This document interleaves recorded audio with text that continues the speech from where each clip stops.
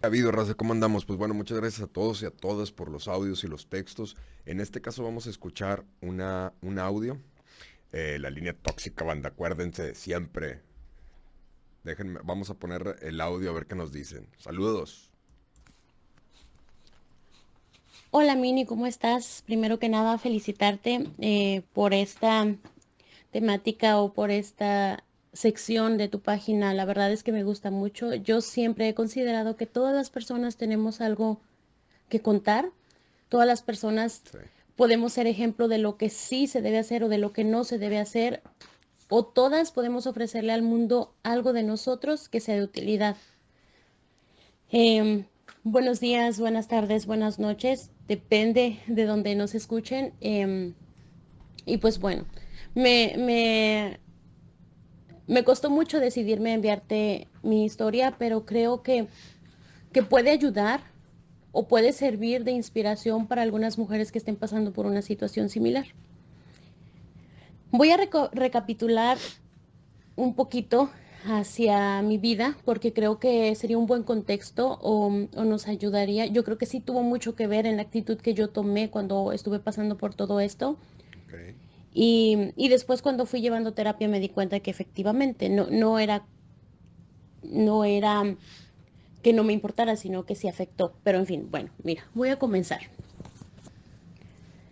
Yo crecí en México al cuidado de mis abuelos.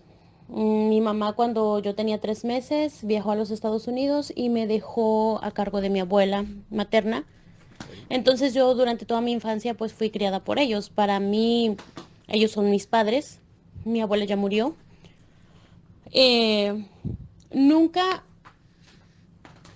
nunca fue algo que yo considerara que me afectó.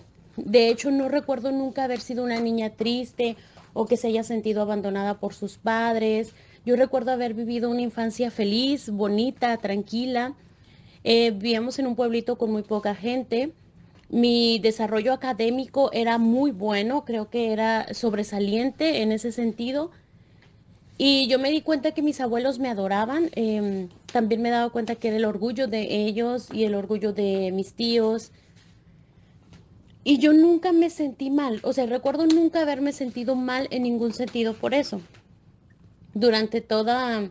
Conocí a mi mamá a los 13 años, a mi papá hasta los 19, pero durante toda esa etapa yo jamás recuerdo haber sentido alguna especie de frustración. De hecho, yo consideraba que tenía dos mamás, dos papás y me sentía muy afortunada por eso.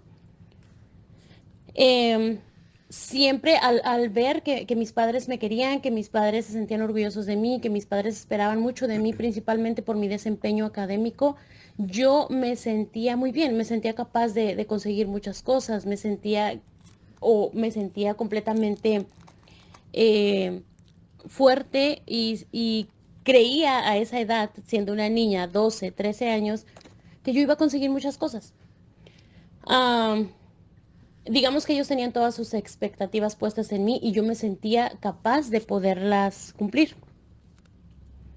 Sin embargo, al haberme desarrollado solo con mi familia y en un pueblito muy chiquito, como te menciono, creo que es una comunidad de, no sé, si muchos 100 habitantes.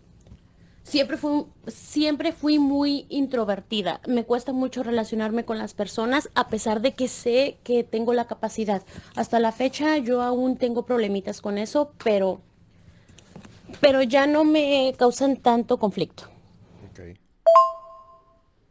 Voy a mandar el audio en partes. Espero que no sea muy complicado para ti Viene o bronca. para quienes lo escuchan. Pero es que sufro de asma. Si notan mi respiración un poco agitada, también es por eso. Además de que, pues, estoy un poquito nerviosa. Pero en fin, comienzo. Em, yo me crié en México con mis abuelos. A los 3 meses de edad, mi mamá viajó a Estados Unidos para ayudar en la situación económica y me dejó a cargo de mi abuela materna. Entonces yo me crié ahí. Recuerdo haber tenido una infancia muy bonita, normal, en un pueblito pequeño, muy pequeño. Siempre me sentí contenta porque veía el orgullo que tenían mis abuelos y mis tíos por mí, debido a que yo era muy sobresaliente en el aspecto académico. Entonces ellos tenían muchas expectativas sobre mí y yo me consideraba una persona capaz de conseguirlo.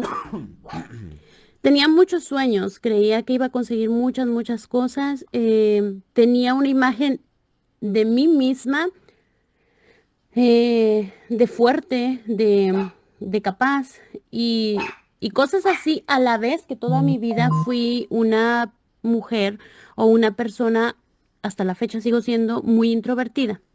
Me cuesta mucho relacionarme con las personas. Pero, en fin, no, en ese tiempo no consideraba que fuera un problema debido a que eran muy poquitas personas con las que me relacionaba y generalmente nos conocíamos todos. Eh,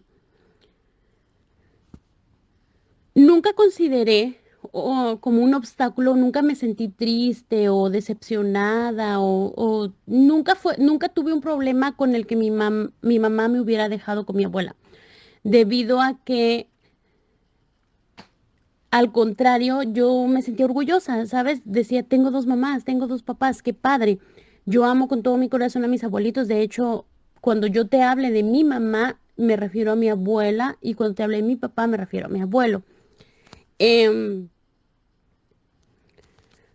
yo, yo, yo me sabía perfectamente amada por ellos, y ahora que ha pasado tanto tiempo y que veo hacia atrás, me doy cuenta de que ellos me demostraron el amor de muchas maneras. Me pusieron a mí o mis necesidades por encima de las de ellos. El problema con esto es que ellos vienen de una educación muy arcaica, Ujú. muy arraigada. Yo crecí con una mentalidad muy similar a la de ellos, entonces digamos que nunca recibí estas demostraciones de afecto como de escuchar un te quiero, un te amo, o de abrazos, o de confía en mí. Todos en la familia, si algo nos pasaba, si nos sentíamos tristes, si nos sentíamos mal, eh, pues simplemente nos lo guardábamos, porque esos eran tonterías de telenovela. Entonces, digamos que crecí con una necesidad de afecto, o que me demostraran el afecto. Ahora sé que tenía afecto y amor de sobra.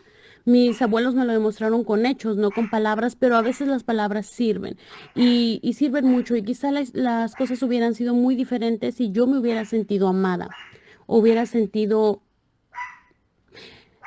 que se me quería y que se me valoraba.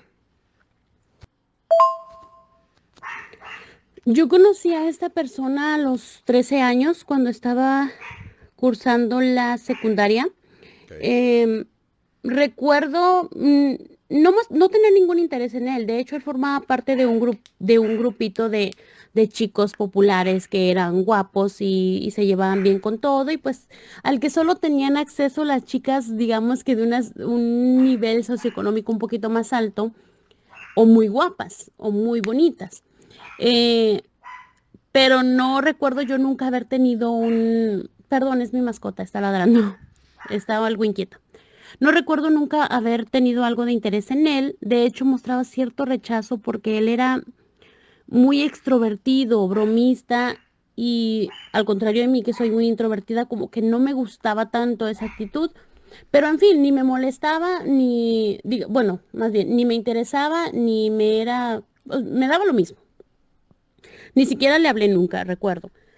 Sin embargo, para la preparatoria, cuando yo estaba en primer semestre de preparatoria, él ya estaba en quinto semestre. Por alguna razón terminamos siendo amigos, y recuerdo que mi mejor amiga y yo incluso le dábamos consejos de amor, de qué chica em, estaría bien para que fuera su novia, de cosas así. Terminamos siendo amigos. Pero igual, para esos tiempos a mí ya me parecía atractivo y divertido, pero igual no era como un chico que me interesara, em, en el aspecto sentimental. Para cuando mi tío se casa, recuerdo perfectamente que él se acercó a mí y me dijo que, ok, yo traía un vestido súper cortito, ya me había desarrollado, tenía 16 o 17 años, no recuerdo, y recuerdo que él se acercó y me dijo que, así tal cual, que si quería ser su novia. Yo me sorprendí mucho porque siempre había considerado como que él era mm, una persona malo, súper malo, porque yo ahí ya solita me estaba dando para abajo, sumada a que era introvertida, pues tenía baja autoestima, creo que la sigo teniendo, y consideraba que era mucho para mí. Entonces me sorprendí mucho cuando me dijo esto y yo recuerdo haberle dicho que sí, que regresara en 2 horas, que yo lo iba a pensar y le contestaba en 2 horas, ¿eh? No en un día ni una semana, en 2 horas y yo lo iba a pensar y le contestaba. Y ahí vino la primera vez que me presionó y sin embargo yo hasta ahora que voy recapitulando me doy cuenta de esto. Él me dijo que no, que quería que en ese momento le contestara, sino para irse a su casa. Que si yo le iba a decir que no, pues no tenía ningún caso que estuviera ahí y que, y que si le decía que sí, pues ahí se quedaba. Ahora me doy cuenta pues que si yo le hubiera interesado de verdad o si tuviera intenciones así, pues hubiera regresado, claro. En fin, recuerdo que yo me sentí presionada, pero para mí era una enorme oportunidad, así lo consideraba y le dije que sí. Como a las 2 horas regresó y recuerdo esa vez ese comentario, yo me cambié para la fiesta de la boda por la noche, pues cuando él regresó yo ya no traía el vestido y recuerdo que me dijo, ay, ya te quitaste tu vestido. En fin, así quedó, nos dimos aquella vez un primer beso. A la semana me cortó, me dijo que él y yo como que no congeniábamos mucho. Yo recuerdo haberle dicho, no, pero ¿por qué? Bueno, ok, pero piénsalo bien, yo creo que, bueno, yo me siento bien, pensé que también tú. En fin, acepté su decisión, me dolió, pero acepté su decisión, porque a final de cuentas, pues no, nunca había sido alguien como que me gustara o me atrajera, y, pero pues es como cualquier decepción amorosa, ¿verdad? Obviamente me dolió. Cala. Pero en fin, así pasó. A partir de ahí vino una serie de, una especie de vaivén durante un buen tiempo, creo que fueron 2 años, un año y medio, en el que terminábamos, volvíamos, terminábamos, volvíamos, terminábamos, volvíamos. Cabe destacar que siempre me terminaba él. Yo creo que él me consideraba como su comodín. Ah, tengo ganas de tener novia, le voy a decir a esta chava porque siempre me dice que sí. Y pues yo, francamente, en esos tiempos, digamos que si él me decía, volvemos, yo le decía, ok, pues simplemente para tener con quién salir a caminar, a dar la vuelta por ahí, así a tomar un helado. Pero cuando me terminaba, pues tampoco me importaba porque yo, no sé, aún no lo quería. Cabe destacar que durante esos rompimientos muchas veces em, teníamos algún noviazgo con otra persona, los Ok. dos. Para un año antes de que yo terminara la preparatoria, recuerdo con las vacaciones de diciembre, yo me fui a una ciudad, a Torreón, Coahuila, y ahí conocí a un chico, se llama Diego, y pues fuimos novios. Entonces a mí me encantaba este chico, estaba guapísimo, me sentía muy bien con él. Y recuerdo que pasé todas las vacaciones de diciembre pues saliendo con él. Luego yo regresé a mi pueblo y, y seguimos siendo novios. Pero pues ya no nos veíamos, solo hablábamos por teléfono. Esta ciudad estaba a 2 horas de distancia. En esos tiempos pues era mucho para mí. Ahorita ya no, ya soy grande, ya sé la capacidad de lo que es verdadera distancia. Em, y recuerdo que para enero, que yo regreso a mi pueblito, vamos a decir que se llama Gerardo. Ok. Gerardo me busca y me dice que vuelva con él. Por alguna razón, yo seguía conectada con él y le dije que sí, aunque tenía una relación con Diego. Entonces, digamos que empecé a, a tener una relación con ambos. Empecé a serle infiel a ambos. En fin, bueno, me estoy olvidando de algo bien importante. voy a irme un poquito hacia atrás porque creo que sí es importante y desde ahí, bueno, una de tantas veces que rompimos, bueno, que él me cortó fue porque él me puso un plazo de 4 días para tener relaciones sexuales. En esos tiempos, te estoy hablando de las épocas en las que ser novios era besarse, agarrarse la manita y hasta ahí, porque yo estaba muy casada con la idea de llegar virgen al matrimonio. Este, entonces yo le dije que no. Durante esos 4 días yo traté de convencerlo. Fue la primera vez que a mí me dolió que él me terminara porque yo ya lo empezaba a querer y consideraba que era injusto. Sin embargo, yo no me sentía lista para tener relaciones sexuales con él. Y se lo dije. Él me dio ese plazo. Cuando se llegó ese día, yo traté de convencerlo de una y mil maneras que cambiara de opinión. Él no quiso y, y pues terminamos. Terminamos porque yo no quise acostarme con él y él simplemente decidió que no. Esa fue una de las primeras veces que me sentí presionada y utilizada. En fin, volviendo a esta situación, pues yo tenía una relación con los dos. Para el 14 de febrero, Diego decidió venir a visitarme. Yo me las arreglé para verlo sin que Gerardo me descubriera, pero a final de cuentas no pude con el remordimiento y yo le confesé pues que le estaba siendo infiel, que yo tenía una relación con otro chico y pues me cortó. Me cortó y a mí me dolió mucho porque nuestra relación ya había sido muy bonita, había mejorado mucho.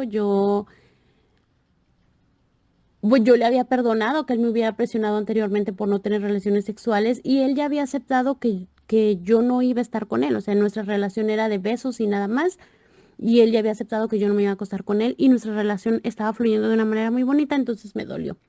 Pasó el tiempo, yo terminé, bueno, yo me gradué en junio, me fui a la ciudad para comenzar la universidad y ya no regresé hasta 4 meses después. A los 4 meses que yo regresé, recuerdo que fui el domingo. Te menciono, es un pueblito chiquito, entonces ahí los domingos vas y das la vuelta a ver a quién ves.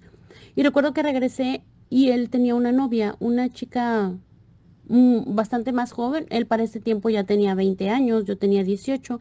Yo creo que la chica debía tener 16, era pues menor de edad. En los pueblitos es muy común, yo, no está bien, pero es muy común. O sea, no es así como de, oye, tiene 16, es menor de edad. En fin, recuerdo que pues lo vi con él y dije, ah, ok. Pero en fin, tampoco fue como que, ay, anda con otra. No. Ya había pasado mucho tiempo de que habíamos roto, entonces, de que ya se había roto nuestra relación, entonces ya no, yo ya estaba inmersa en otras cosas de la universidad y cosas así. Al día siguiente viajé muy temprano de regreso a Torreón y por la tarde recibí una llamada y era él. Me decía que se le había movido el piso cuando me había vuelto a ver, que me extrañaba mucho y que se daba cuenta que quería estar conmigo, que por favor volviera con él, que acababa de terminar su relación con esta chica y que por favor volviera con él. Yo recuerdo que le dije que lo iba a pensar. Esa vez él respetó mi decisión. Investigué primero si de verdad había terminado con ella. Me confirmaron que sí. Y a la semana yo viajé nuevamente a Pueblo. Lo vi, hablamos y decidí volver con él.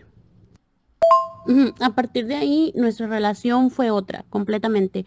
Una relación un poco más madura, una relación llena de amor. Él era un hombre maravilloso en ese sentido, entregado, enamorado, capaz de hacer cualquier cosa, atento, amable. Y pues ahí nuestra relación ya fluyó a otro nivel en el que incluso yo decidí por primera vez pues tener relaciones sexuales. Eh, Así siguió, bueno, comenzó nuestra relación, fluyó de esta manera. Para febrero del próximo año, mi abuela o mi mamá enfermó y yo tuve que pausar un poquito la universidad porque me vine a ayudarla. Ella estaba sola, entonces yo me vine a quedar con ella un tiempo, eh, motivada también porque pues lo iba a tener más cerca, lo iba a ver casi a diario, en fin. Am, te mentiría, te mentiría si te dijera cómo la relación se fue a pique o cómo comenzó todo esto que yo dejé pasar. Porque sé que la violencia vino de forma paulatina.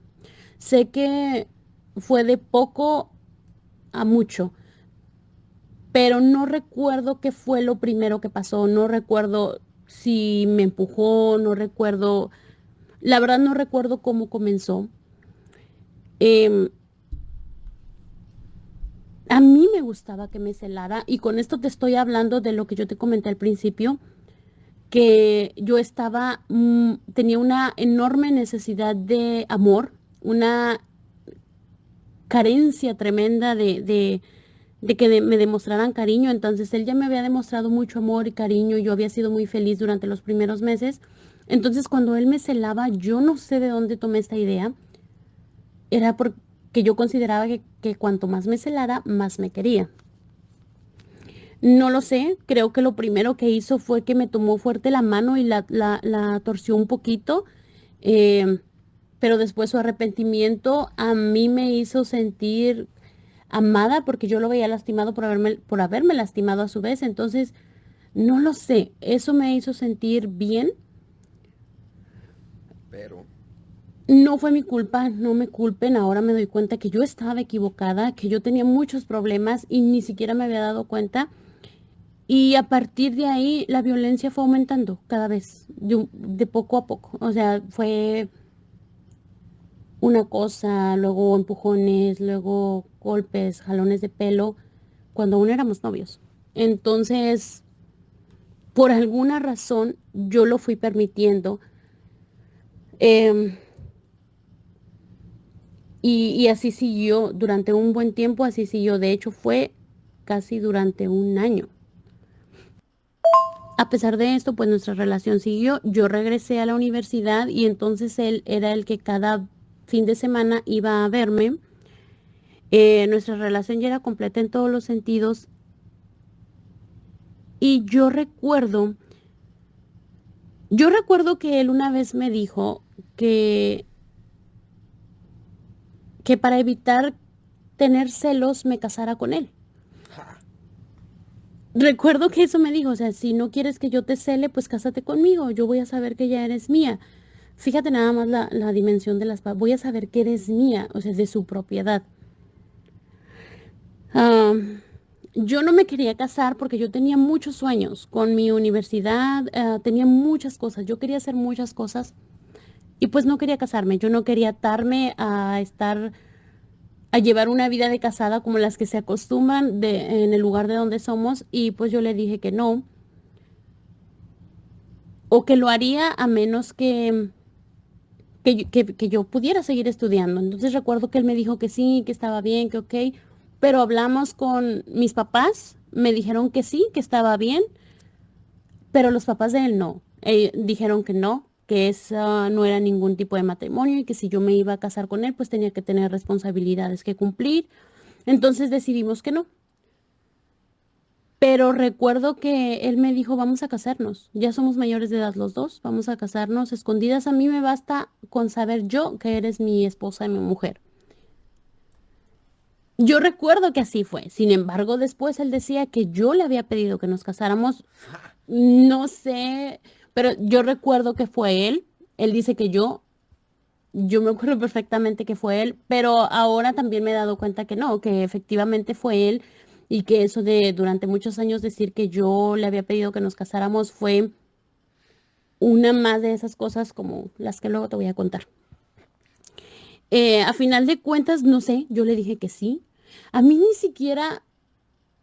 siquiera me pareció una decisión importante el casarme con una persona, porque pues lo que me importaba era seguir yendo a la universidad, seguir estando en mi casa y pues casarnos escondidas me lo iba a permitir. Entonces yo no tenía idea de la dimensión de la decisión que había tomado. Y hicimos todos los trámites, nos casamos un 17 de septiembre en el registro civil, en jeans, nada más él y yo. Nuestros testigos fueron personas que iban pasando por ahí y nadie se enteró, absolutamente nadie. Solo él y yo sabíamos que estábamos casados. Esto fue en septiembre. Para mayo del 2009, en esa época en la que empezó todo esto de la influenza y no sé qué, él cambió muchísimo conmigo. O sea, ya no tenía ningún interés. Yo empecé a sufrir mucho porque él me empezó a decir que si yo no me venía a vivir con él ya no quería nada conmigo. Entonces yo sufrí porque otra vez me estaba poniendo entre la espada y la pared. Yo estaba estudiando, yo estaba feliz en la universidad, yo no quería dejar mis sueños, pero yo lo amaba profundamente. Entonces otra vez me estaba poniendo a decidir entre lo que yo quería Y lo que él y él. quería. Nuevamente decidí optar por mis sueños. Yo le dije que no, que si terminábamos estaba bien, ok. Pero yo tenía la idea de que, ok, pero está casado conmigo, me ama, él tiene que cambiar de opinión. Jamás cambió, ya no quería verme, ya no quería hablar conmigo, no me contestaba llamadas. Y yo sufrí muchísimo, o sea, yo me estaba muriendo de dolor, lo amaba con todo mi corazón. A esto se sumó que vinieron unas vacaciones en las que en el ranchito yo no tenía absolutamente nada que hacer, salvo que lo veía a él por las tardes y yo no sabía qué hacer. Para ese tiempo mi mamá ya estaba muy enferma. em, y yo me sentía destruida emocionalmente porque no estaba yendo a la universidad con mis amigos que me distrajeran un poquito. Mi mamá estaba muy enferma ya, ella tenía diabetes y él me había sacado de su vida como si nada. Entonces yo le estaba pasando muy mal. Esta es una de las peores etapas de mi vida porque a lo mejor con lo que yo les estoy diciendo no logro expresar la dimensión del dolor por el que yo estaba pasando. Me dolía muchísimo, muchísimo. O sea, yo simplemente me estaba muriendo por, por la lejanía, por la enfermedad de mi abuela, por la soledad. Así que de la nada decidí, tomé el teléfono, le llamé a mi mamá biológica y le dije,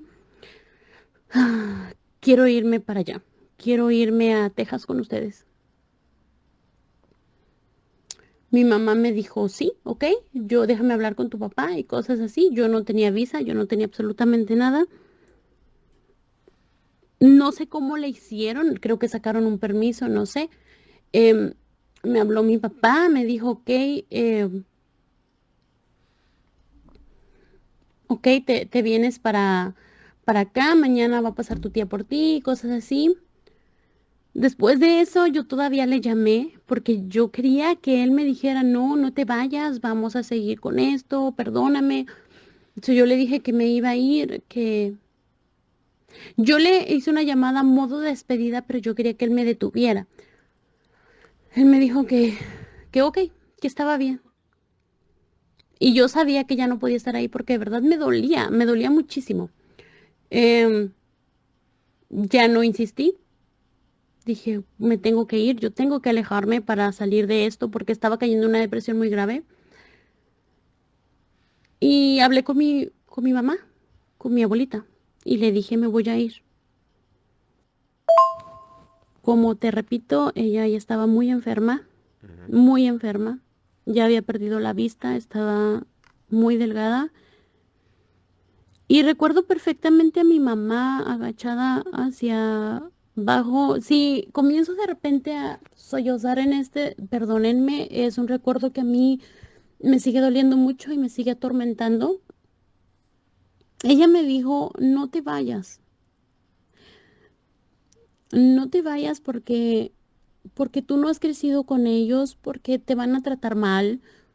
No, no te vayas, ¿a qué te vas? Mi mamá estaba enferma, mi mamá ya estaba muy mal y yo era la niña de sus ojos.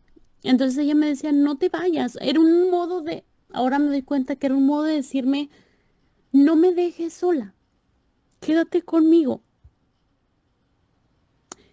Yo no sé si me castigué mucho tiempo porque consideré que yo había sido egoísta, que yo no me había dado cuenta que la mujer que me había criado y amado necesitaba de mí y yo solo estaba pensando en mi dolor, en que quería dejar de sentir todo eso que sentía.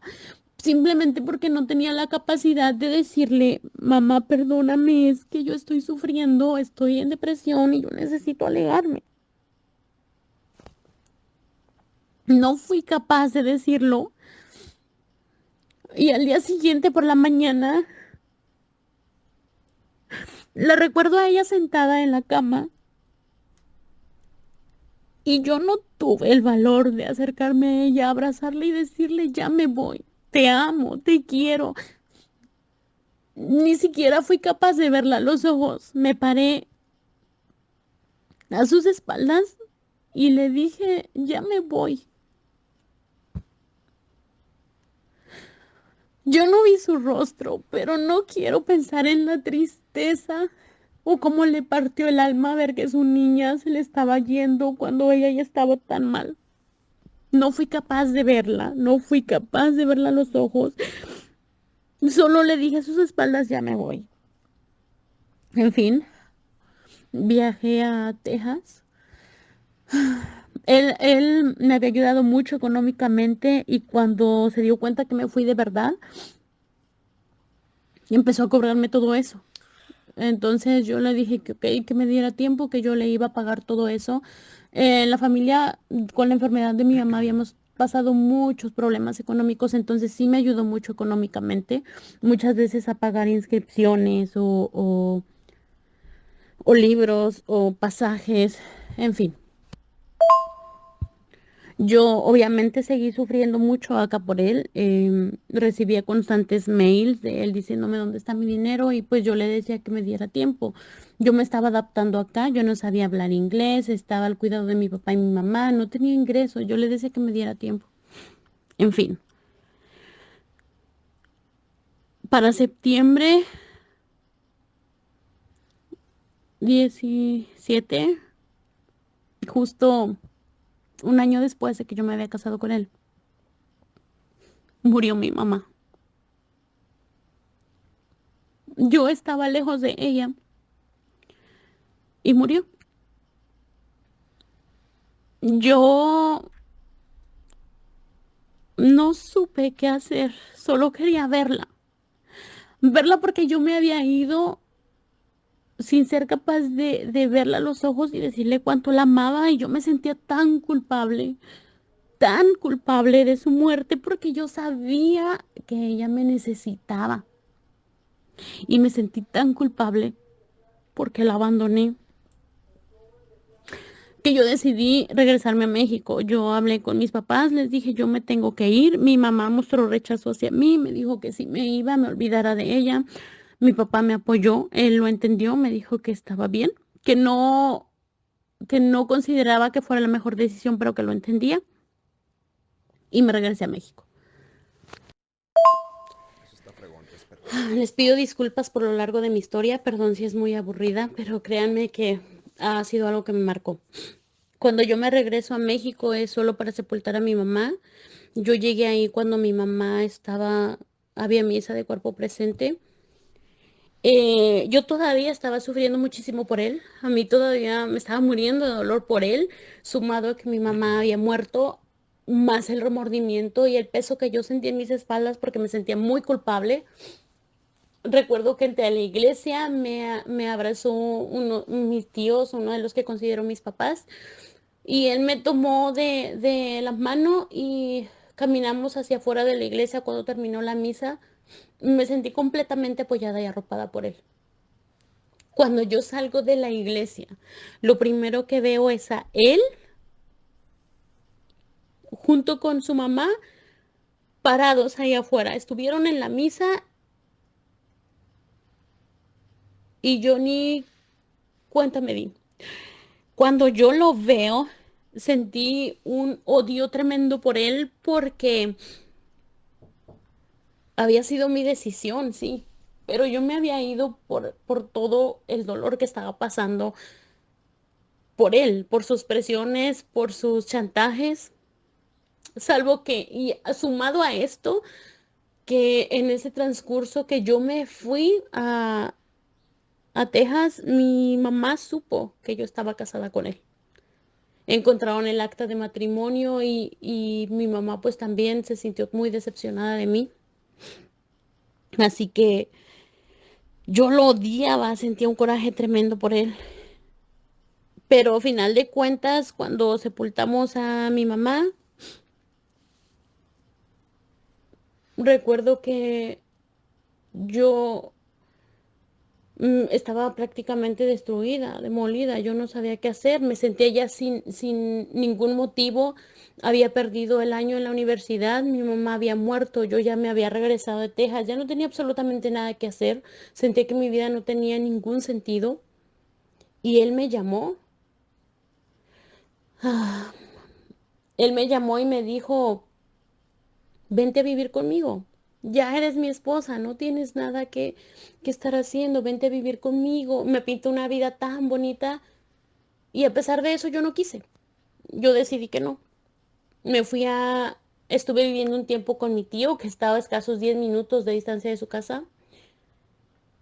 Y esta vez él comenzó a salir con una chica. Sí. Fue horrible, porque yo estaba pasando por el luto de mi mamá, estaba casada con él y él estaba saliendo con una chica. Y entonces se imaginan todo esto que yo sentía, el dolor de la muerte de mi madre, mi esposo, entre comillas, que me estaba engañando, el amor que yo le tenía, la culpa por la muerte de mi mamá.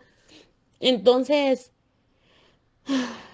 recuerdo que dije, yo no puedo más y otra vez, tomando malas decisiones, huyendo de los problemas en vez de enfrentarlos, decidí irme a otro lado donde vivía mi mejor amiga para ese tiempo,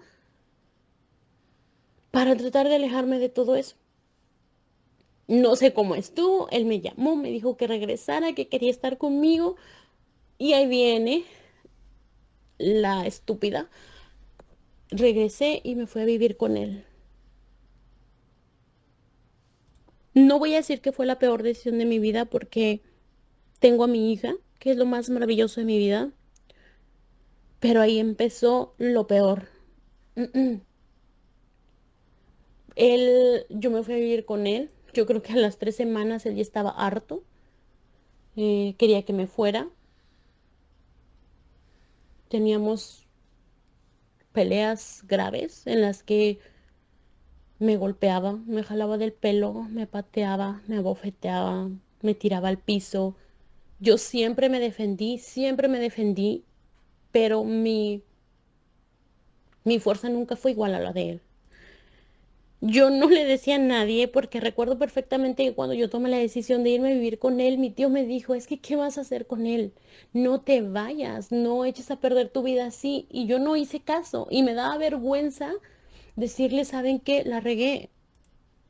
Ya no sé qué hacer. Yo no podía llorar, es que me daba vergüenza llorar y decirle a las personas que me querían todo lo que yo estaba pasando. Estuve con él diciembre, enero y febrero. Y para marzo yo dije, ya no más. Eran muchos golpes, muchas humillaciones. Dios, recuerdo que una vez estaba nevando y él me golpeó. Y después de golpearme quería tener sexo conmigo. Ah, caray. Recuerdo que estaba encima de mí y vio que yo estaba llorando, me empujó a un lado y me dijo, ni para eso sirves. Me tomó desnuda. La casa donde él vivía era una de esas casas como antes que las habitaciones o todo lo de la casa está alrededor y al centro hay un patio enorme. Y me sacó desnuda, nevando, al patio. Me cerró la puerta con llave y me dijo, no vas a regresar hasta que le des una vuelta al patio así desnuda. Y yo no sabía qué hacer porque enfrente estaba el cuarto de su abuelita, el cuarto de sus papás, el cuarto de sus hermanos. Y yo dije, Dios mío, si alguien sale al baño, me va a encontrar aquí desnuda. Estaba completamente desnuda. No tenía ni panties, o sea, estaba completamente desnuda. Y yo le decía, por favor, me van a ver, déjame entrar, tengo frío. Y me dijo, no vas a entrar hasta que le des la vuelta a esto.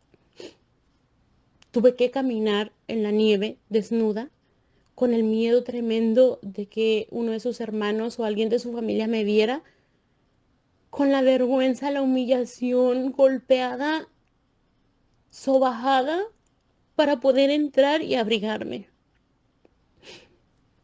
Para marzo, que yo decidí irme, que ya no pude más, volví otra vez a sufrir. En esta ocasión yo me fui a 40 minutos de ahí, con otra tía. Y a ella sí le dije cómo me sentía, todo lo que estaba pasando. Era una hermana de mi papá y ahí estuve un tiempo. Hasta que un día él me dijo, no te va, vuelve conmigo, te extraño mucho. Y pues, ¿para qué? Volví con él. No. Quiero decirles que todas las personas que me están escuchando y que dicen qué estúpida, no, es que no es que seas estúpida o tonta. Las personas que han pasado por una situación similar lo saben. Las relaciones tóxicas son horribles y no puedes salir de ahí. Es una codependencia tremenda. Es, es que no puedes. Es como la heroína, como un adicto a la heroína. Un adicto a la heroína necesita la heroína y ya cuando la heroína ha hecho tanto daño en su cuerpo que se la inyecta, ya ni siquiera le produce placer. O sea, ya ni siquiera le produce placer ni bienestar. Y aún así la necesita, aunque sabe que lo está matando. Se le inyecta y ya no siente nada, pero su subconsciente se le está exigiendo. Así son las relaciones tóxicas, así son las relaciones de violencia, así son las relaciones de codependencia. Yo volví con él. Recuerdo que esa primera noche él quería tener sexo toda la noche. Yo estaba cansada, tenía sueño, quería dormir. Y recuerdo perfectamente que me dijo, si vas a estar así, entonces mejor vete. Si no vas a querer, entonces mejor vete. Y yo lo amaba, o creía que lo amaba tanto que simplemente callaba y ya. Estoy segura que yo me embaracé esa noche. A partir de ahí, las cosas se empeoraron porque su papá nos había dicho que si regresábamos nos quería fuera de la casa, vivíamos en su casa. Así que nos fuimos a rentar a casa de una tía. Yo ya estaba embarazada y estábamos empezando una vida él y yo solos. No te podría decir todas las veces que me pegó porque no acabaría nunca, pero sí recuerdo las peores y las recuerdo con lujo de detalles. Esta es la parte uno, banda, de este audio. Todavía le cuelga. Todavía falta bastante. Estén pendientes de la parte 2. Muchas gracias a todos y a todas. La línea tóxica.